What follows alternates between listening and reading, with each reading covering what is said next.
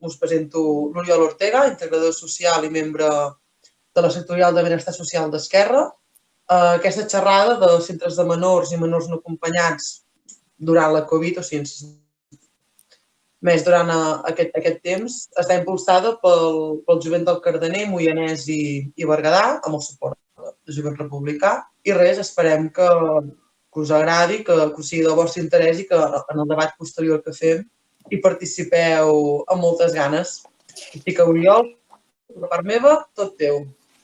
Molt bé. Bueno, primer de tot, moltes gràcies per pensar en mi, Mònica.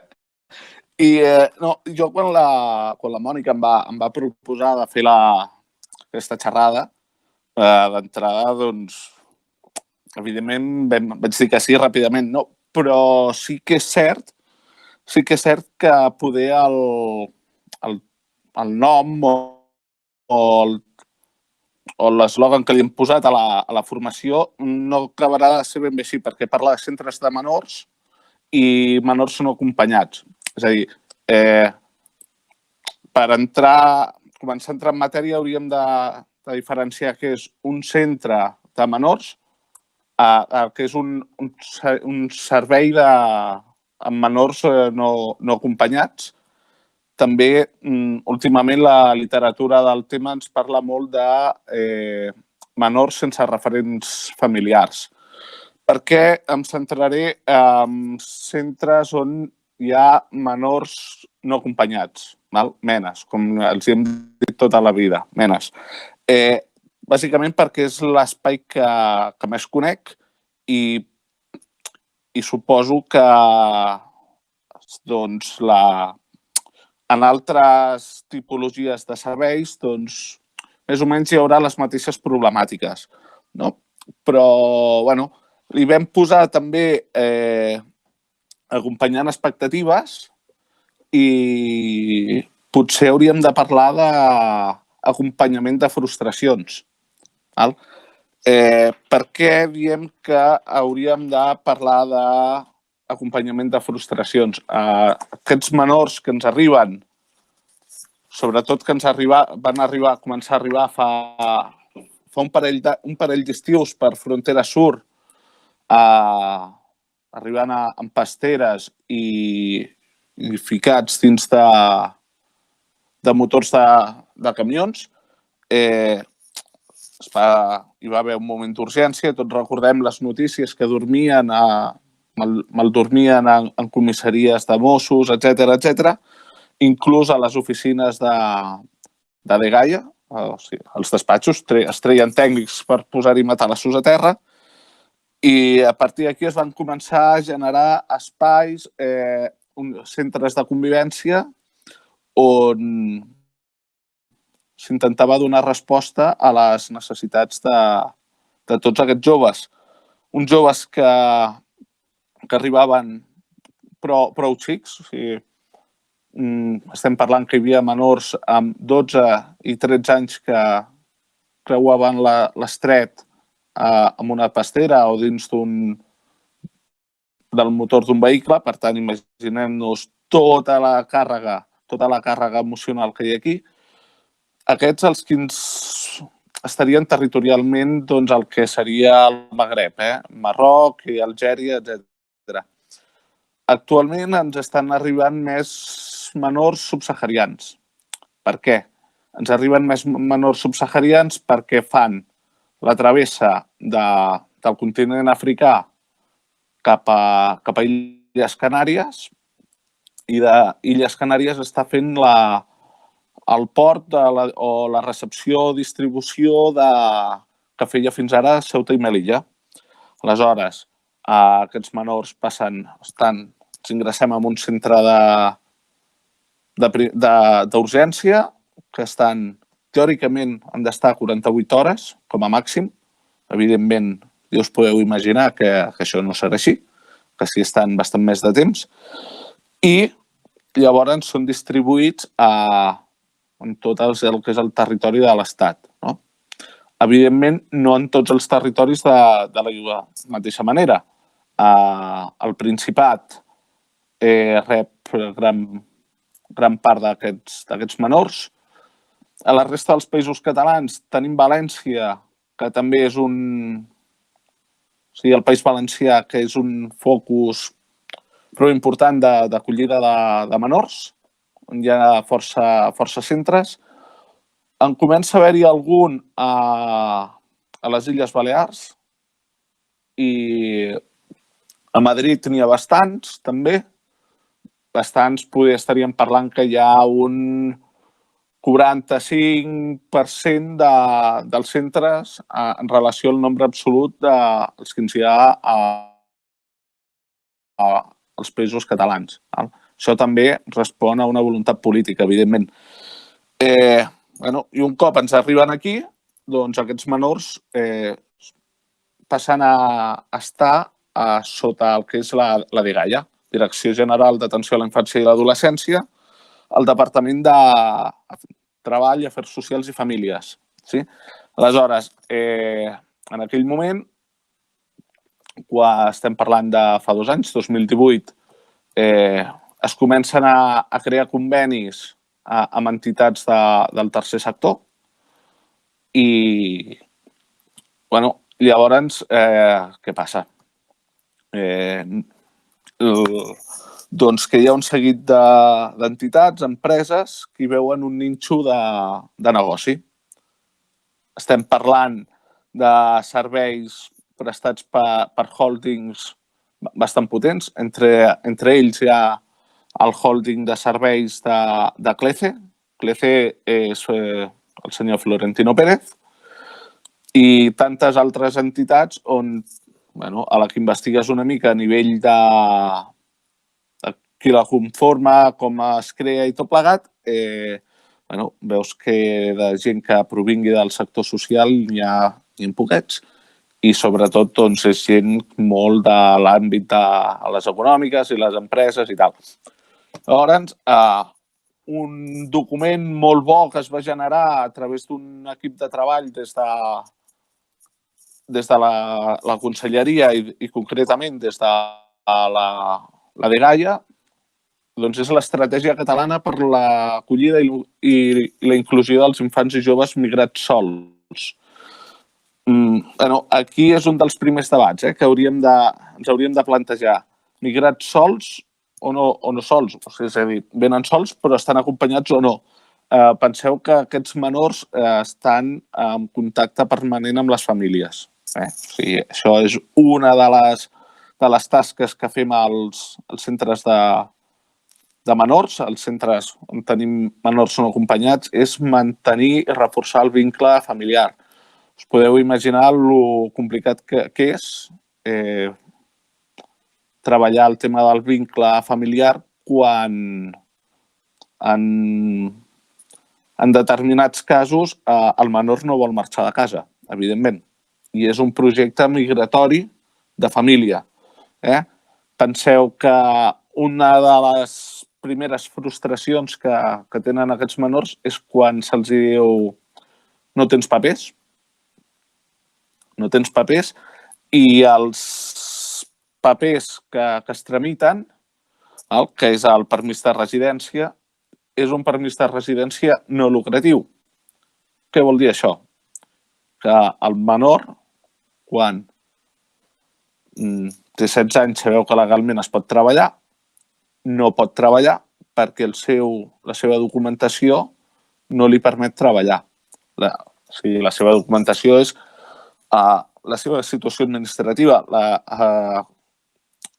Un cop tenen aquest permís de residència, pot passar que fan 18 anys i se'n van dels centres i hi ha tot el que és el canvi de situació administrativa.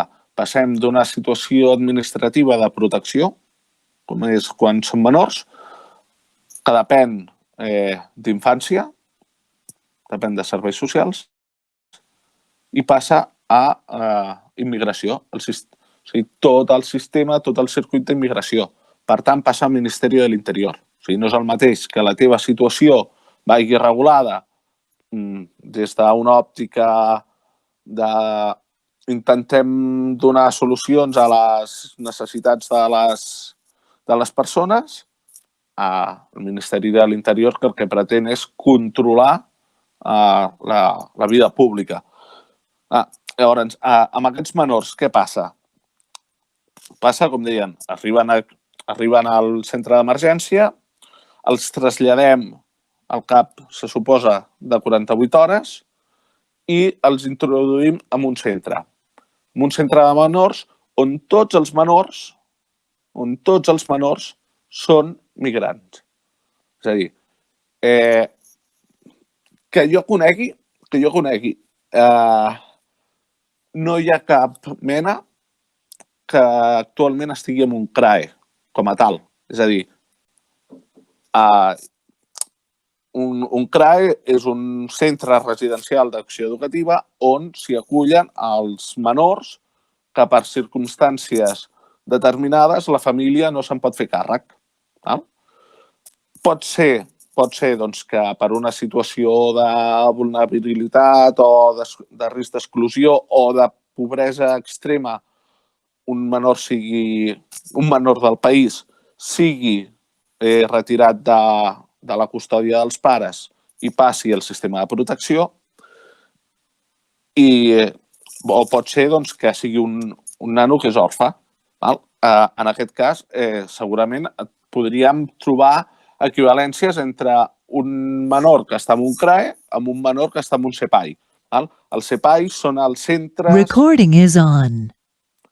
Són els centres de primera acollida per menors no acompanyats. Què va passar?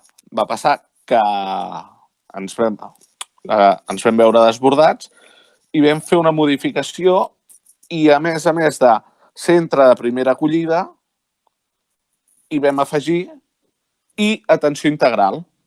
Això ha permès que tinguem menors que fa més de 2 anys que estan en un centre de primera acollida, que no és el que els hi tocaria.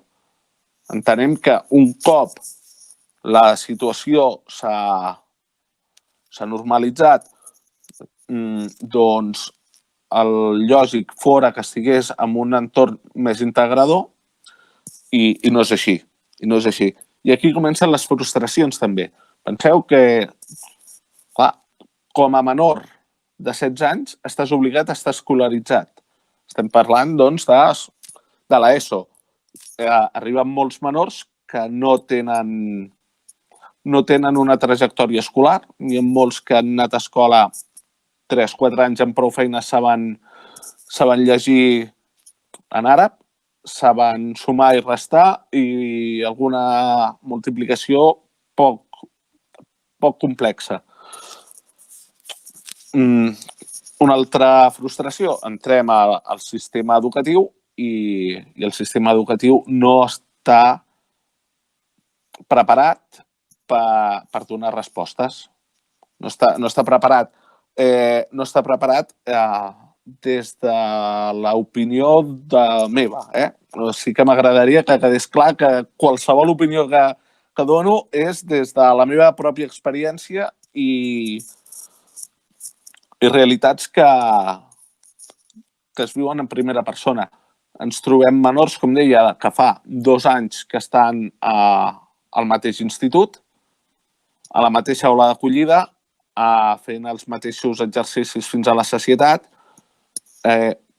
passant-se hores i hores jugant al parxís, jugant a la oca o pintant mandales. Això és una realitat que hi ha. I, a més, els nanos que tenen capacitats i es veuen que poden seguir el curs normal, segueixen anant a l'aula d'acollida. Per tant, ja comencem a introduir tot el tema del racisme institucional, que és un factor en el qual ens hi hem de dedicar molts esforços. Ens hi hem de dedicar molts esforços perquè la realitat és la que és i el sistema va escombrant. I si ja va escombrant, si et dius Jordi Puig de Bages i no sé què més, Doncs imagina't si et dius Mohamed Hassan. Aleshores, això va creant frustracions. Va creant frustracions quan tu veus que les pròpies necessitats de l'adolescència, com és la configuració del propi jo, la defensa de la pròpia imatge, tampoc les pots desenvolupar, però doncs perquè d'entrada, tu quan tens 16 anys, al cap i a la fi els hi menges el coco als papes perquè vols portar la samarreta del grup del moment. Ens trobem que la majoria dels centres de menors que es gestionen per entitats, els nois van poc més que uniformats. És a dir, es fan grans compres de roba a quilos i els veus de lluny. A l'estiu hi ha que dins del sector i fent servir molt l'humor negre, diem el look mena, que és el nen amb un banyador al Decathlon i unes xancles. No? I a més és que van tots igual. Aleshores, un dels drets, que és el dret a la pròpia imatge, a la pròpia identitat, el sistema tampoc ha trobat la solució per com garantir-lo. Ens pot semblar una tonteria, però si no som capaços d'acompanyar aquesta constitució del propi jo, de la pròpia identitat, això en generarà això va creant frustració amb el menor i en anem afegint. Tot això, al final, totes aquestes frustracions acaben recollides amb tots els partes, tots els informes, tots els projectes educatius individualitzats que generen, per tant, de buscar el millor recurs pel nano. Què passa?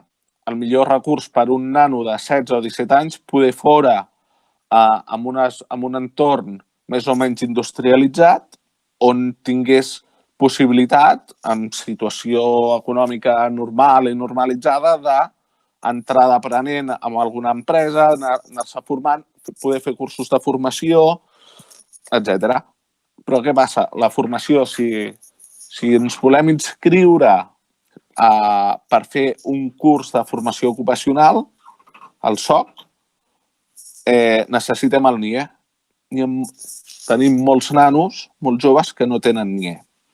Això ens genera frustracions i al cap i a la fi també ens genera i ara què? I ara què? No? És a dir, si constantment vaig trobant frustració, què puc fer jo? I el que puc fer jo ens porta a la situació del confinament. El confinament, si per tothom hi ha estat dur, ha estat motiu d'angoixes, imagineu-vos quan ets jove, estàs lluny de casa i no saps què està passant al teu voltant. No saps si la teva família està bé, si no estan bé, i això ens porta, a més de la frustració que ja portàvem acumulada, ens porta a conductes no desitjades, que diríem, no? Doncs ens ha portat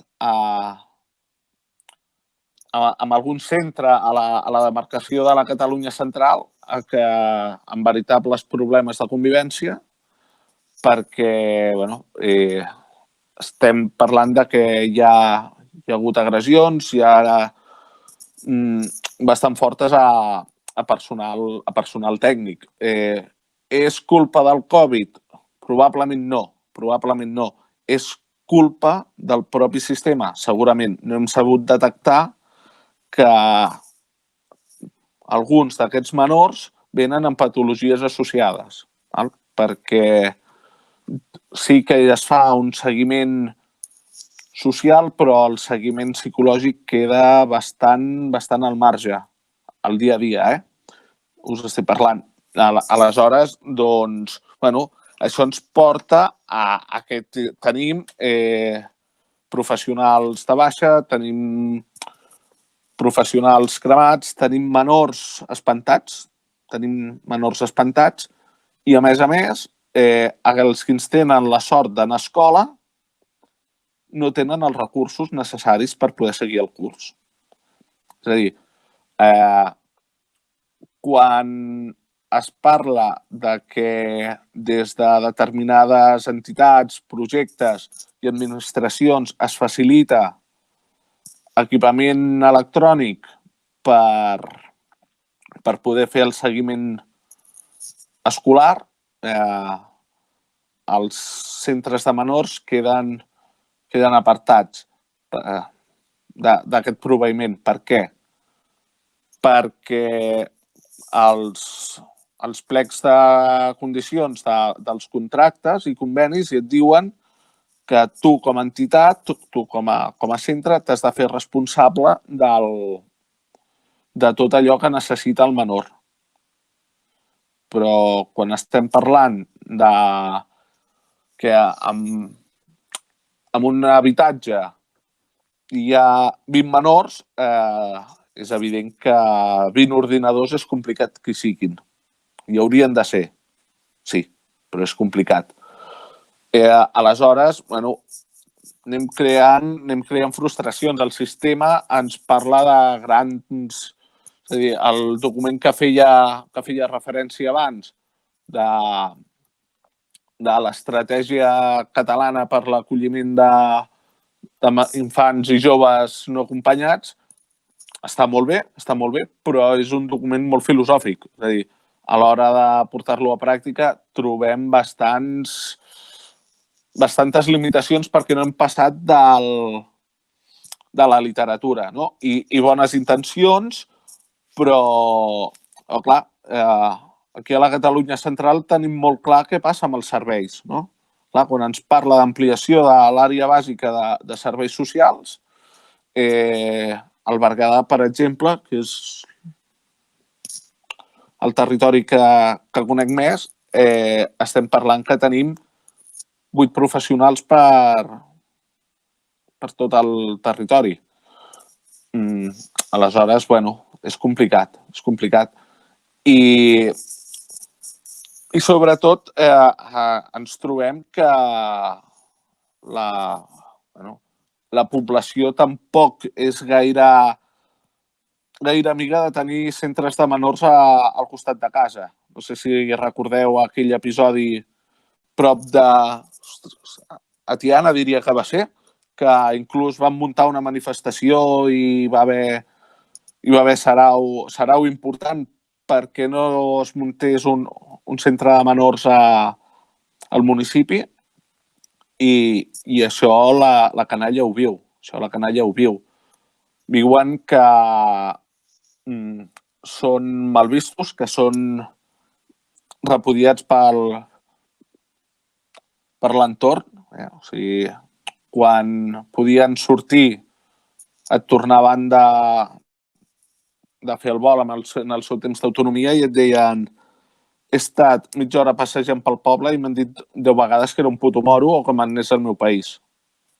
Llavors, clar, tot això, o quan van a l'escola i els diuen la colleta dels moros i llavors et preguntes per què no relacionen amb la resta de companys. No? Llavors, per això també deia abans que el sistema educatiu ha fet fallida en quant al reconeixement de la diversitat. S'ha avançat molt, sí, s'ha avançat, però estem a anys llum de poder garantir una integració a aquests joves. I el que més s'han trobat aquests nanos, penseu que portem 2 mesos tancats, 2 mesos de confinament.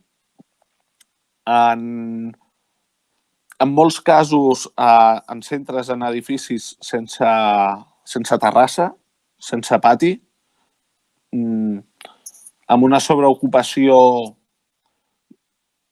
bastant important. Sí que és cert que legalment no s'estan superant ràtios, però hi ha allò que diem de l'espai vital, doncs, o de poder-te distreure veient una pel·lícula, un programa o una sèrie de dibuixos animats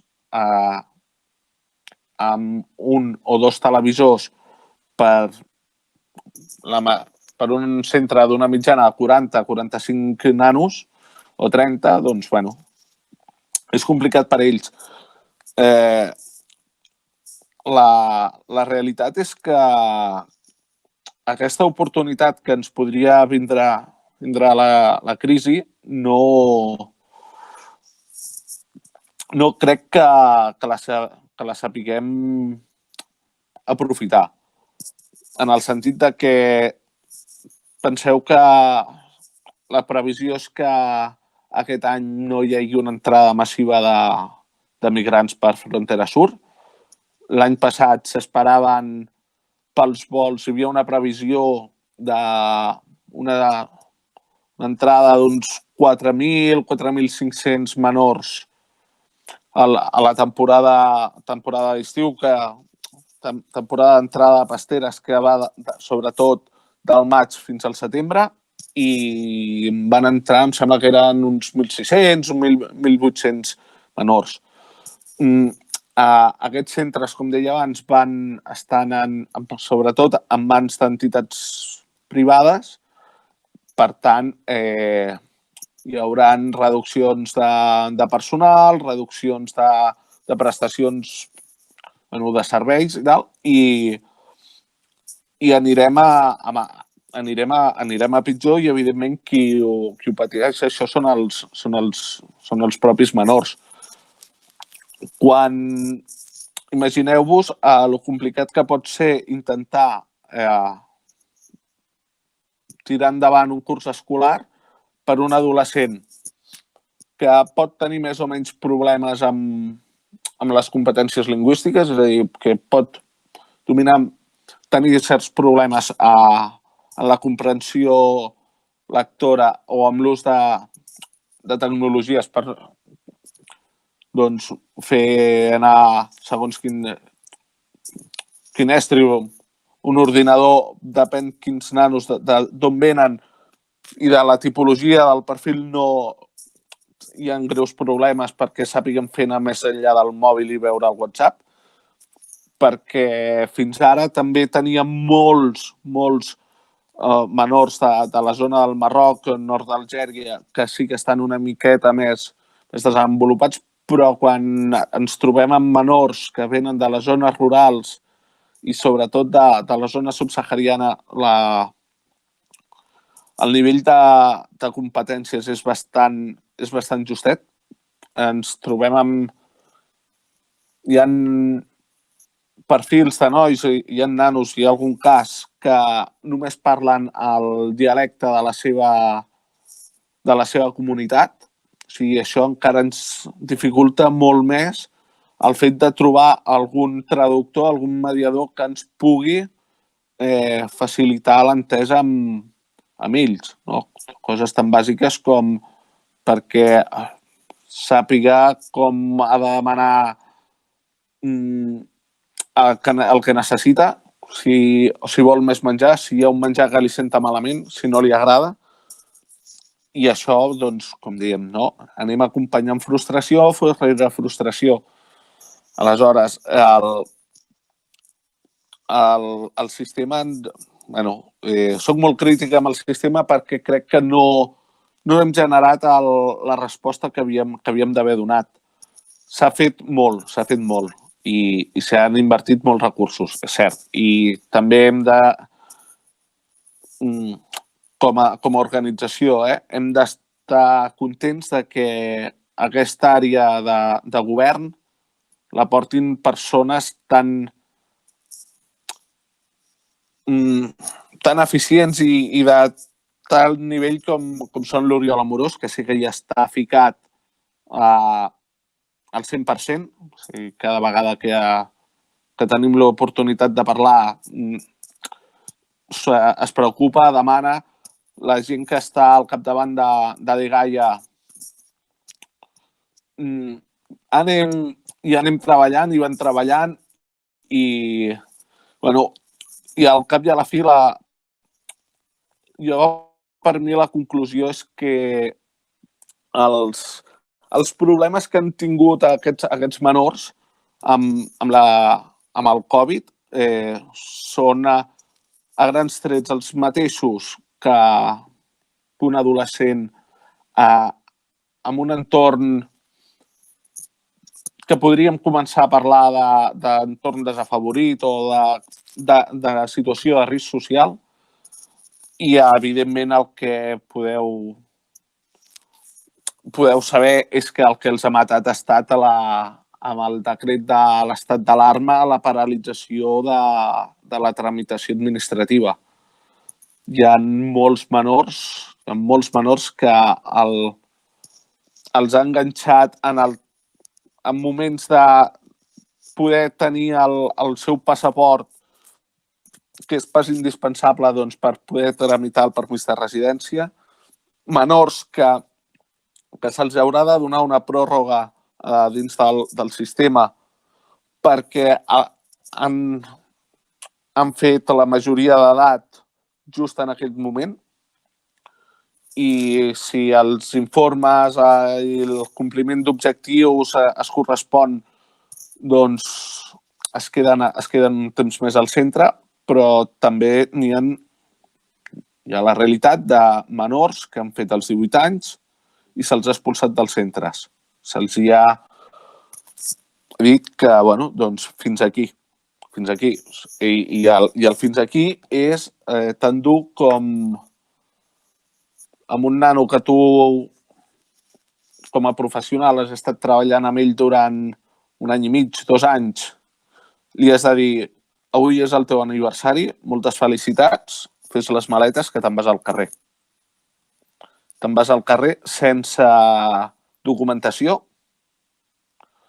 pel que sigui, perquè no s'ha pogut tramitar, perquè s'ha comprovat que no és menor, s'ha comprovat que hi ha antecedents o pel que sigui. També penseu una cosa, que per poder fer els tràmits administratius, per poder tenir el permís de residència, necessites que la família a l'origen et faci arribar tot un seguit de documentació, com és lògic, bàsicament per comprovar que ets la persona que dius ser i que vens d'on vens i els teus pares són fulanita i tal, però tota aquesta documentació l'ha de fer arribar a la família, amb el cost tant a l'origen com per fer-lo arribar aquí. I malauradament, les màfies existeixen. I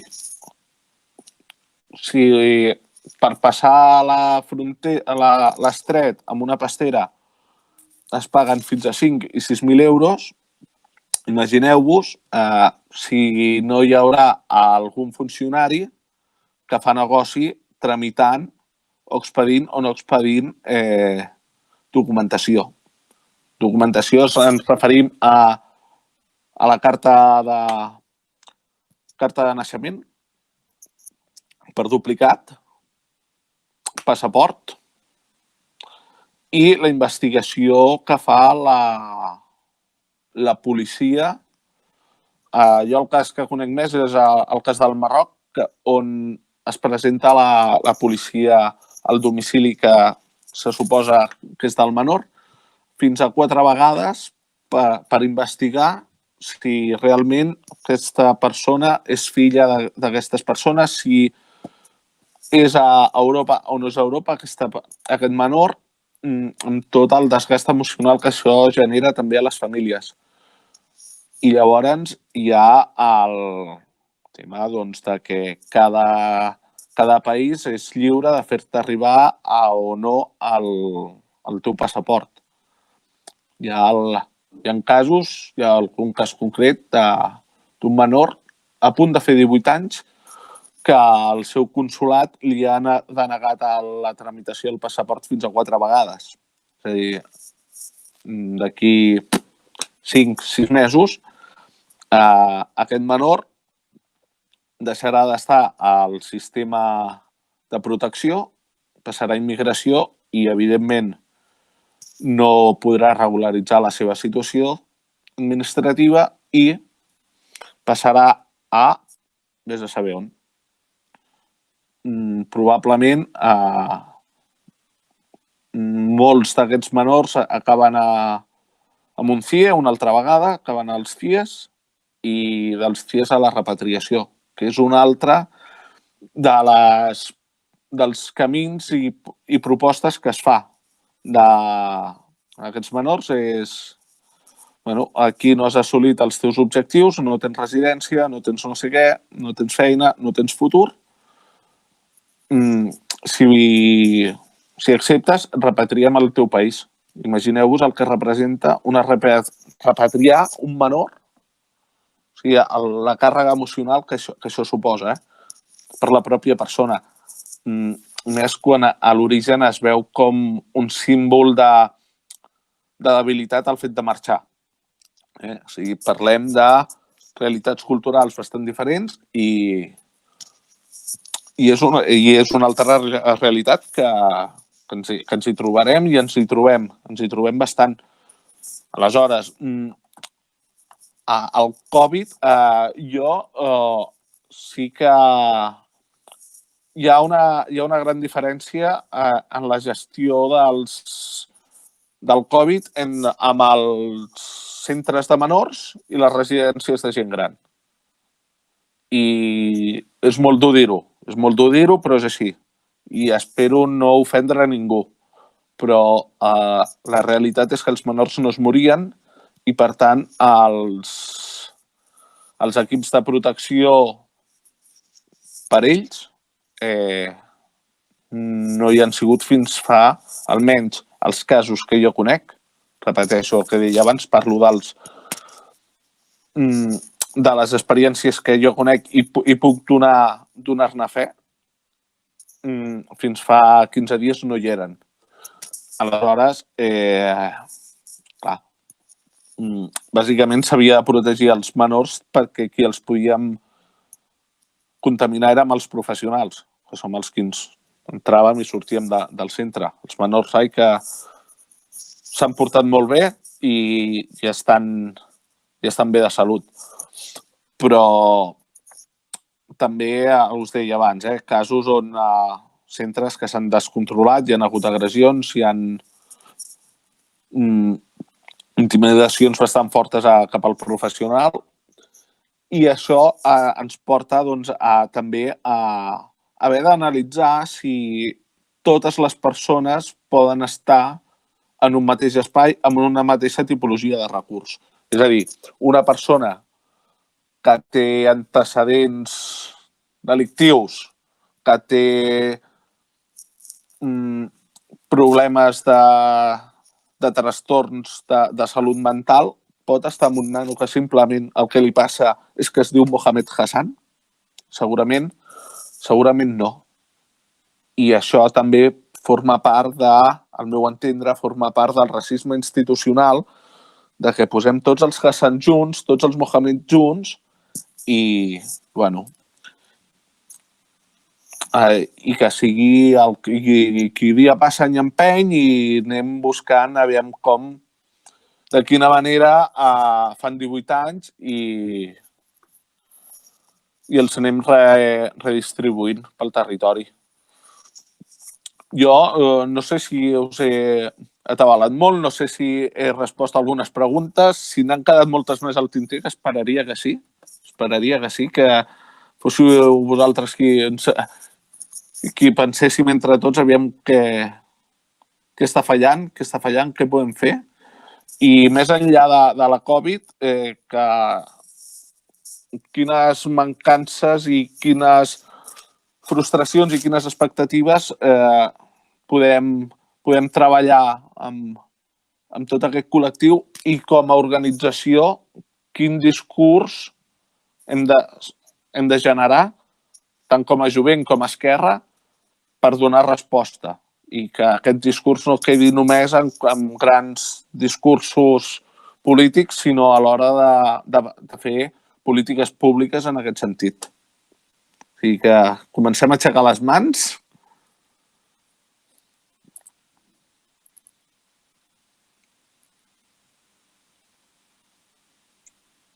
Ara ens farem tots els tímids, com va passar dilluns amb el Josep Sobirana. Però, si us sembla bé, ja l'Elsa l'Inés de fer una paraula, però veig que al final hem acabat sent poquets, vull dir que si us surt dintre expressar-ho directament, crec que si Oriol no tens cap inconvenient poden parlar. No, i tant, i tant. Poden parlar directament sense haver d'aixecar paraula, que vull dir, també és bastant engorrós si estàs amb un mòbil o amb una tablet de buscar un botó. Sí. I tot, per tant, micro obert, tenim l'Oriol per intentar respondre el que pugui i el que sàpiga. I sàpiga. Així que, aprofiteu-lo.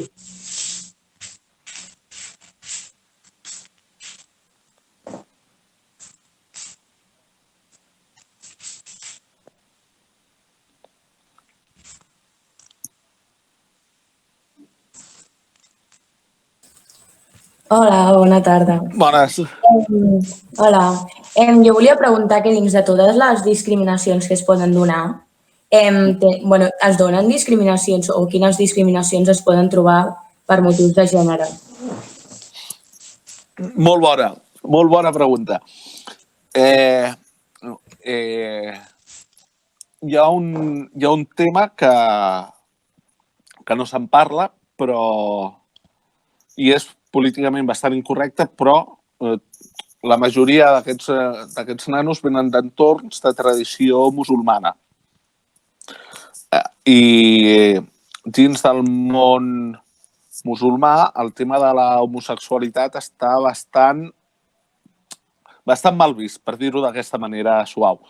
Hi ha menors més grandets, sobretot, que es veuen forçats a migrar per qüestió d'orientació sexual. Tema de gènere. Si us hi fixeu, quan hi ha la imatge de les pasteres, sobretot són homes o dones embarassades. I en quant a menors, són nens, són nois. Per què? Perquè, com dèiem, hi ha el tema de les màfies, la tracta de persones i, malauradament, la majoria de noies que migren entenem dins del que seria la migració irregular, acaben estan en xarxes d'explotació sexual.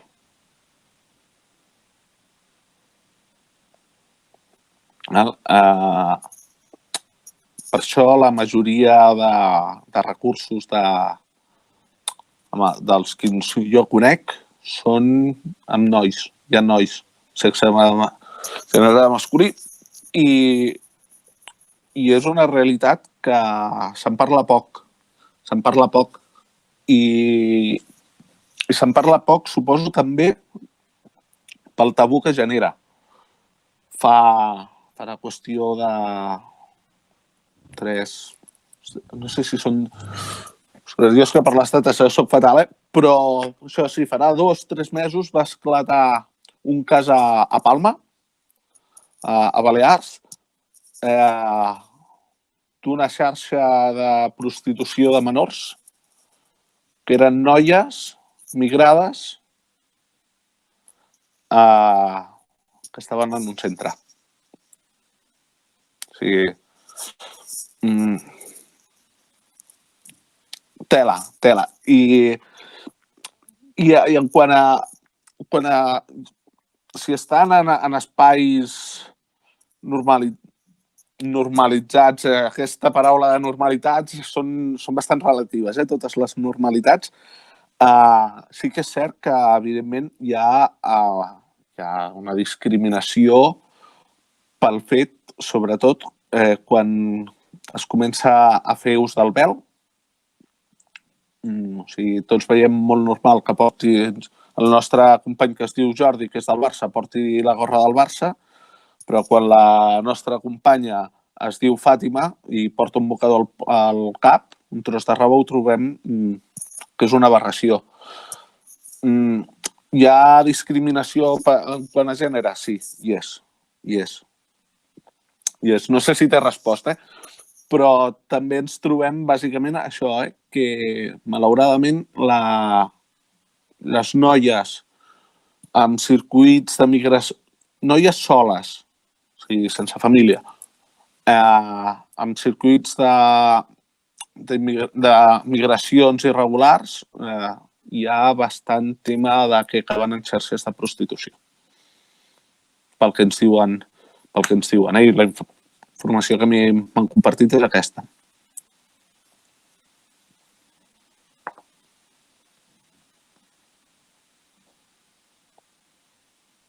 Duro, sí, és dur.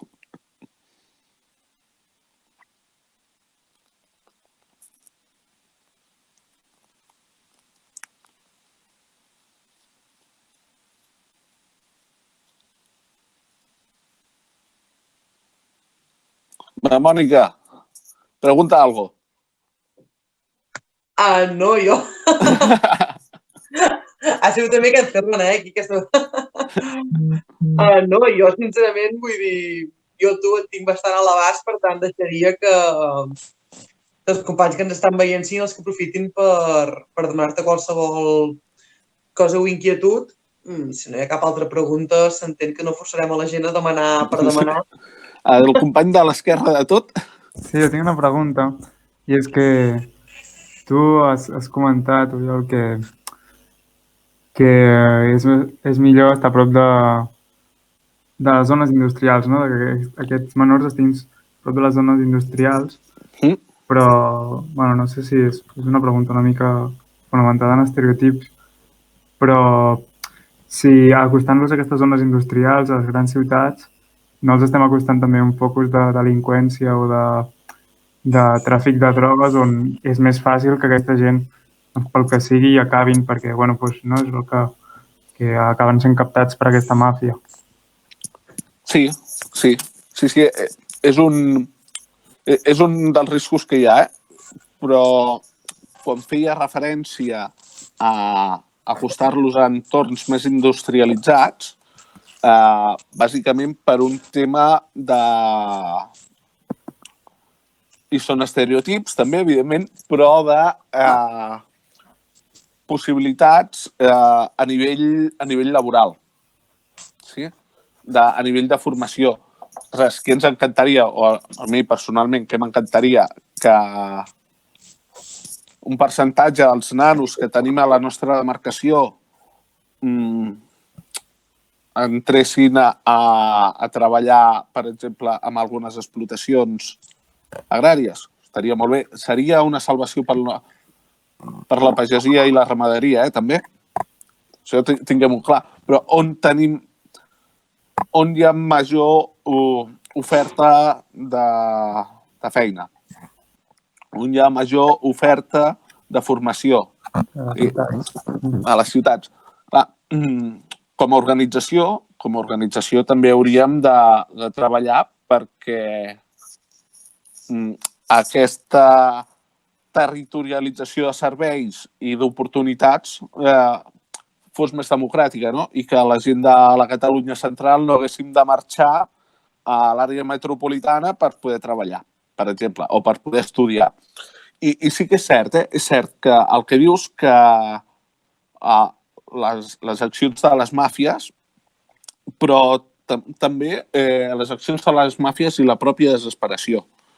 La pròpia desesperació. Jo sempre dic el mateix, quan tu no tinguis per menjar, si tu no tens per menjar, no faràs qualsevol cosa per poder menjar? Em sembla que en això estem tots i totes d'acord, no? Si jo per poder menjar he de portar un paquet de Sabadell a Terrassa, ho faré.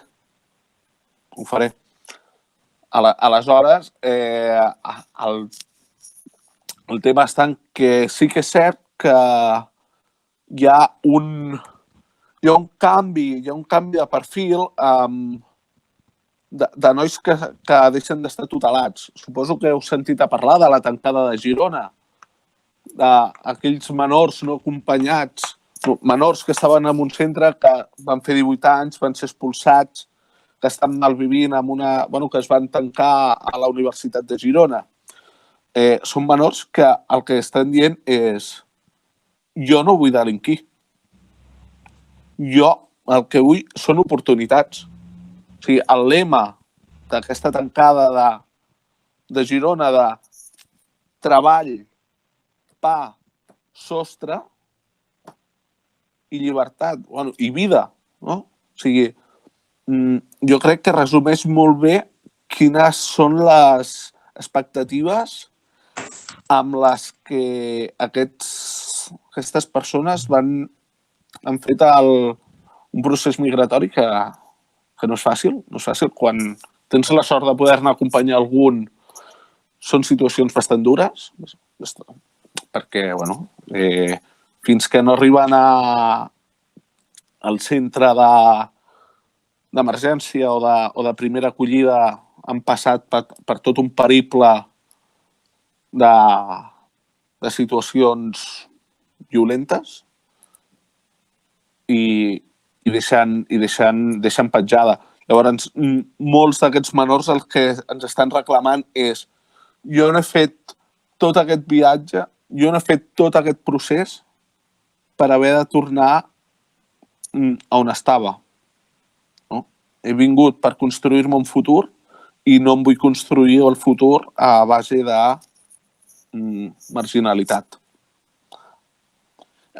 Si us interessa el tema, fa poquet es va estrenar una pel·lícula que parla d'un procés migratori forçat que és Adu.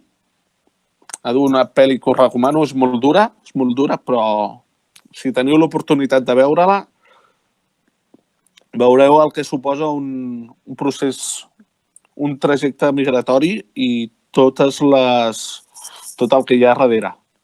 Quan veiem un menor, quan veiem un noi moreno assegut al nostre costat al tren, al metro o al parc o al bar, moltes vegades és allò, ojo, aviam què em farà, si no hauríem de pensar, ojo, què li han fet. Canvia la perspectiva i quan canvies aquesta perspectiva, que és complicada de canviar perquè tots portem una càrrega cultural bastant forta i fins fa relativament poc temps aquí de joves migrats o joves racialitzats en teníem 3 o 4 i normalment eren asiàtics que els havien anat a adoptar. No? Jo sí que aconsello molt intentar fer aquest exercici de canvi de perspectiva en comptes de què em farà, què li han fet. Què li han fet perquè sigui aquí i no tinguem por d'anar a parlar amb el Hassan perquè no som mala gent. Una pregunta. Mànim. Mànim no. No, és una expressió. Digue'm. Vale. En els últims pressuposts que s'han aprovat a la Generalitat, sí? Ha hagut un augment de la partida dedicada al centre de menors o en aquest àmbit? O no està previst? M'has matat, perquè sí que sé que hi ha un augment de pressupostari al conjunt del departament. Al conjunt del departament hi ha moltíssimes secretaries i sí que és cert que la secretaria, o sigui, la Direcció General d'Atenció a la Infància i a l'Adolescència hi ha un augment, però no et voldria dir que s'ha pujat un 80% perquè seria mentida, segurament, i no sé la xifra exacta. I em sap greu, Em sap greu no poder-te contestar. Però sí que... No, era curiositat. Sí que és cert que els companys tant del departament com del Departament d'Economia s'han treballat uns pressupostos que eren molt bons fins fa 2 mesos. Ara canviarà tot. I una de les lleis estrella que han estat tombades aquesta legislatura, les lleis Aragonès, mal anomenades lleis Aragonès, que era ens permetia revertir una miqueta això també, O sigui, els calés no han d'anar a pagar grans sous a determinats directors, sinó que haurien d'anar als serveis. Això és una realitat i crec que no ho hem de deixar escapar de dir-ho sempre, Que era limitada, sí, era limitada, però era un pas. Era un pas. I a nivell pressupostari també hem de comptar que aquests pressupostos s'hauran d'anar actualitzant cada 2 per 3. Però crec que sigui directament en aquest àmbit, és a dir, tot el ventall de CEPAIs que hi ha, crec que l'augment tampoc pot ser gaire significatiu perquè es treballa amb contractes programa, és a dir, programes que duren 2 anys i els 2 anys o renoves el servei a l'entitat que sigui o torna a sortir a concurs i guanya el concurs una altra institució, diguéssim. Què fora l'esperat? Que aquest servei fos públic, que els treballadors fossin públics, que el règim de control i fiscalització del servei fos públic. O si més no, replantejar-nos els mecanismes de control dels serveis públics prestats per tercers. Ho hem vist amb les residències de gent gran. O sigui, que directament la Generalitat treu la gestió a empreses que havien guanyat un concurs públic o una adjudicació, diguem-li com vulguem. Esperem que el Covid ens permeti aquest plantejament i a partir d'ara sigui en tots els serveis prestats per tercers que sigui un fet que sigui normal. Si la gestió no és bona, es retira el servei i s'entoma d'una altra manera. Però fora bo, celebraria molt que hi hagués un increment només que fos del 30% del pressupost pels serveis, jo estaria satisfet. Sí, perquè seria una mica de molt poc, no? Bueno, seria suficient per augmentar les ràtios de personal, donar o poder ocupar uns espais, uns immobles en majors condicions. Es podrien habilitar majors pisos de transició al treball o de transició a la vida autònoma. Fora una gran notícia que hi destinéssim recursos, perquè és que al cap i a la fi, si podem tenir totes les estratègies que vulguem, podem tenir les millors idees del món, però si no hi posem cèntims, no serveixen de res. Cert. Gràcies. A tu.